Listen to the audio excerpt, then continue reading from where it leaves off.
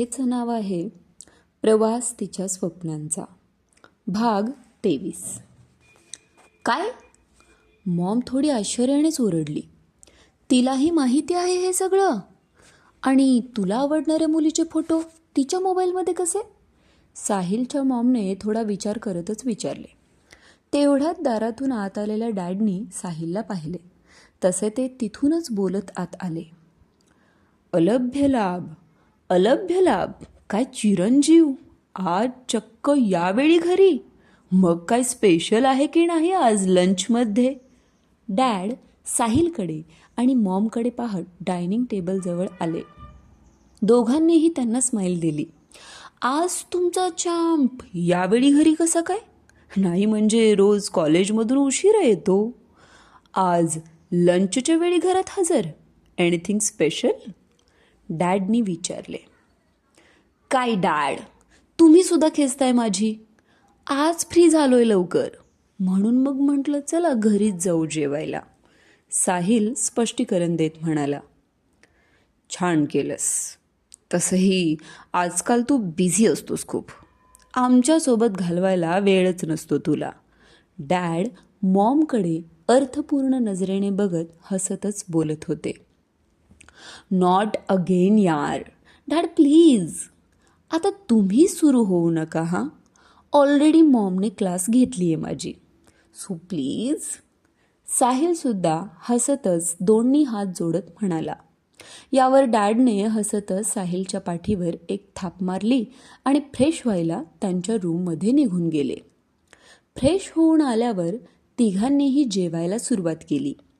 कितीतरी दिवसानंतर तिघे एकत्र लंच करत होते.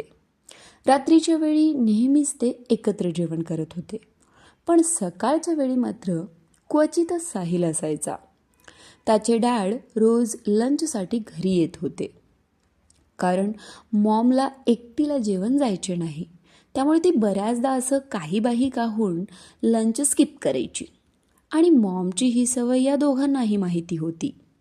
साहिलला कॉलेज, एक्स्ट्रा लेक्चर्स यामुळे लंचच्या वेळेपर्यंत यायला जमत नव्हते, पण त्याचे डॅड रोज न चुकता मॉमला कंपनी द्यायला घरी येत होते. साहिलचे मॉम डॅड खूपच अंडरस्टँडिंग होते. एकमेकांची नेहमी काळजी घ्यायचे, ते एकमेकांना सपोर्ट करायचे. त्यांच्या लग्नानंतर दोघांनी मिळून त्यांचा बिझनेस उभा केला होता. खूप मेहनत घेतली होती दोघांनी त्यासाठी. लग्नानंतर 2 वर्षांनी साहिल त्यांच्या आयुष्यात आला. तेव्हापासून त्यांचा बिझनेसमध्ये चांगलीच भरभराट आली होती. साहिलचा जन्म झाला तेव्हा त्याच्या मॉमने ऑफिसला जायचे बंद केले होते. साहिल 2-3 वर्षाचा झाला तेव्हा त्यांनी पुन्हा ऑफिस जॉईन केले. साहिलही बऱ्याच वेळा त्यांच्यासोबत ऑफिसमध्येच जात होता, कारण साहिलचे आजी आजोबा गावाकडे होते. त्यामुळे साहिलसाठी आया ठेवून तिच्या हवाली आपल्या मुलाला सोडून ऑफिसला जायचे हे दोघांनाही पटत नव्हते. त्यामुळे ते शक्यतो त्याला जास्त करून ऑफिसमध्ये सोबत घेऊन जात होते. दोघांपैकी एकजण तरी नेहमी साहिलसोबत राहत होते. साहिलसुद्धा ऑफिसमध्ये खूप रमत होता. लहानपणी खूप गोलूमोलू होता तो. त्यात रंगाने गोरापान, हलके ब्राऊन सिल्की केस, अगदीच क्यूट दिसायचा तो. ऑफिसमध्ये तर लेडीज स्टाफच काय, अगदी जेंट्स स्टाफसुद्धा त्याला सारखे उचलून घेत होते. सगळ्यांचा लाडका झाला होता तो ऑफिसमध्ये. साहिलने लहानपणापासून मॉम डॅडला एकमेकांची काळजी करताना, सपोर्ट करताना बघितले होते. दोघांचे एकमेकांवर खूप प्रेम होते.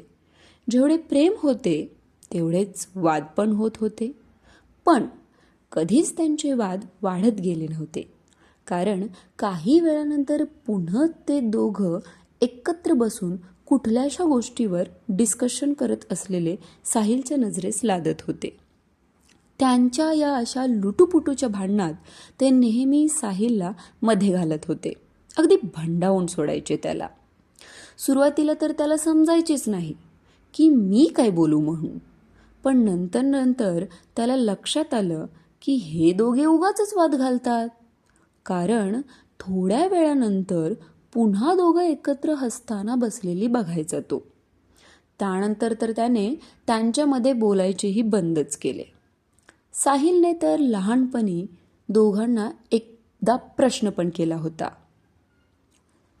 मॉम डॅड, तुम्हा दोघांचं मला काही कळतच नाही हां. म्हणजे काही वेळापूर्वी तुम्ही एवढे भांडत होता आणि आत्ता लगेच एवढ्या लवकर कशी काय तुमची बट्टी होते?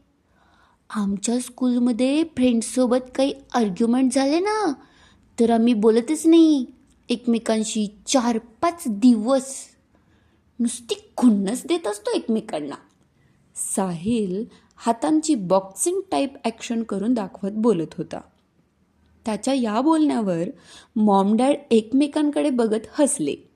साहिलला जवळ घेत स्वतःच्या मांडीवर बसवून घेत त्याच्या डॅडनी त्याला समजावले. हे बघ बाळा, भांडण तर सगळ्यांच्यातच होत असते. असं कोणताच व्यक्ती नसेल जो कधी कुणाशी भांडला नसेल. पण आपण भांडतो, वाद घालतो. का सांग बरं? डॅडनी अतिशय प्रेमाने समजावत त्याला विचारले. काही इश्यूज असतात म्हणून. कधी कधी समोरच्या व्यक्तीच्या काही गोष्टी आपल्याला पटत नाहीत, तर कधी आपल्या काही गोष्टी समोरच्याला आवडत नाहीत. मग त्यावरून वाद सुरू होतात, मग जोरदार भांडण होते. साहिल पुन्हा ॲक्शन करत म्हणाला. मॉम डॅड दोघेही त्याची ॲक्शन बघून हसायला लागले. करेक्ट बोललास तू. कधी कधी आपल्याला समोरच्या व्यक्तीच्या काही गोष्टी पटत नाहीत.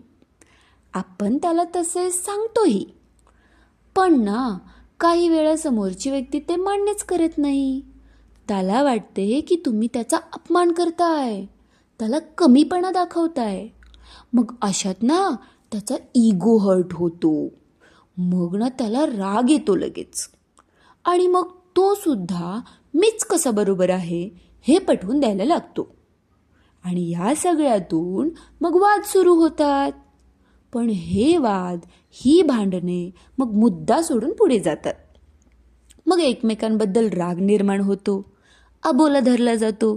कधी कधी तर अशा क्षुल्लक कारणांमुळे आपण आपल्या आयुष्यातील खूप चांगली माणसे कायमची गमावून बसतो. म्हणून वाद तेवढाच घालायचा जेवढा गरजेचा असतो. म्हणजे मग आपली बट्टी पण लवकर होते, हो की नाही? मॉमने हळूच त्याचे गाल ओढत त्याला समजावले. बट मॉम, केवढा वाद गरजेचा आहे हे कसं ओळखायचं आपण? त्याचं काही मेजरमेंट असतं का? किंवा कोणता अलार्म असतो का जो वाजतो? म्हणजे कसं, हे बघ, आपल्याला लवकर उठायचं असेल, काही इम्पॉर्टंट काम असेल, किंवा जसं डॅडची मीटिंग असेल तर ते कसे रिमाइंडर लावतात, मग अलार्म वाजतो, मग त्यांना समजते की हां आता मीटिंग आहे. तसे काही असते का भांडणात? लहानग्या साहिलने निरागसपणे विचारले. त्याचं ते निरागस बोलणं ऐकून दोघेही पुन्हा हसायला लागले. डॅडनी साहिलचा उजवा हात हातात घेतला आणि त्याच्याच छातीवर डाव्या बाजूला ठेवला आणि त्याला सांगितले, हे इथे आहे ना अलार्म, हेच सांगते आपल्याला की वाद किती वाढवायचे आणि कधी थांबवायचे ते. साहिल एकदा डॅडच्या चेहऱ्याकडे तर एकदा स्वतःच्या छातीवर असलेल्या दोघांच्या हाताकडे बघत होता. पुन्हा मॉमकडे बघत तो म्हणाला, मॉम बघ, तू मला शिकवलंयस इथे आपले हार्ट असते म्हणून. डॅडनं शिकवलं नाहीस का तू? डॅडनं माहीतच नाही इथं आपलं हार्ट असतं ते. धडधड आवाज येतोय ना, म्हणून त्याला अलार्म बोलतात ते. साहिल कसानुसा चेहरा करत मॉमला विचारत होता.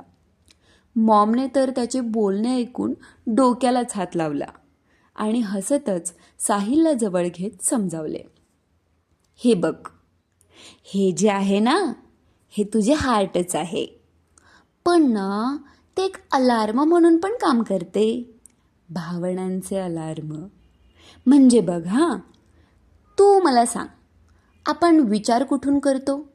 म्हणजे नवीन नवीन संकल्पना, आयडिया कुठून येतात आपल्याला? ब्रेनमधून, म्हणजे डोक्यातून येतात आयडिया. माझ्या शाळेतले टीचर्स म्हणतात ना मला, डोकं खूप चालते हां तुझे म्हणून. लहानगा साहिल स्वतःचे कौतुक आईला सांगत होता. करेक्ट. आपण सर्वजण डोक्याने विचार करतो, म्हणजेच ब्रेनमधून आपली विचार प्रक्रिया चालते. पण ना, आयुष्यात प्रत्येक वेळी डोक्याने विचार करून चालत नाही हा चॅम्प. कधी कधी आपल्या या हार्टने पण विचार करायचा असतो. म्हणजे निर्णय घेताना आपण पूर्ण विचार करून मगच घेतो. पण ना, काही वेळा डोक्याने विचार करून चालत नाही. तेव्हा आपल्याला या आपल्या हार्टने म्हणजेच मनाने विचार करावा लागतो. मॉम, तू मला तर कन्फ्यूज करतेस हां. एकदा हार्ट बोलतेस, डॅड याला अलार्म म्हणतात, आणि तू परत बोलतेस मनाने विचार करावा लागतो म्हणून. साहिल न समजून गोंधळून पुन्हा विचारत होता. हे बघ, जसं तू आता म्हणालास ना, त्याप्रमाणे आपण ब्रेनने न म्हणता डोक्याने विचार करतो असं बोलतो. तसंच हार्टने न म्हणता मनाने म्हणतो. समजलं? ओके, समजलं मॉम, साहिल समंजसपणे म्हणाला. मग बघ हां, आता आपण आपल्या मेन पॉईंटवर जाऊया.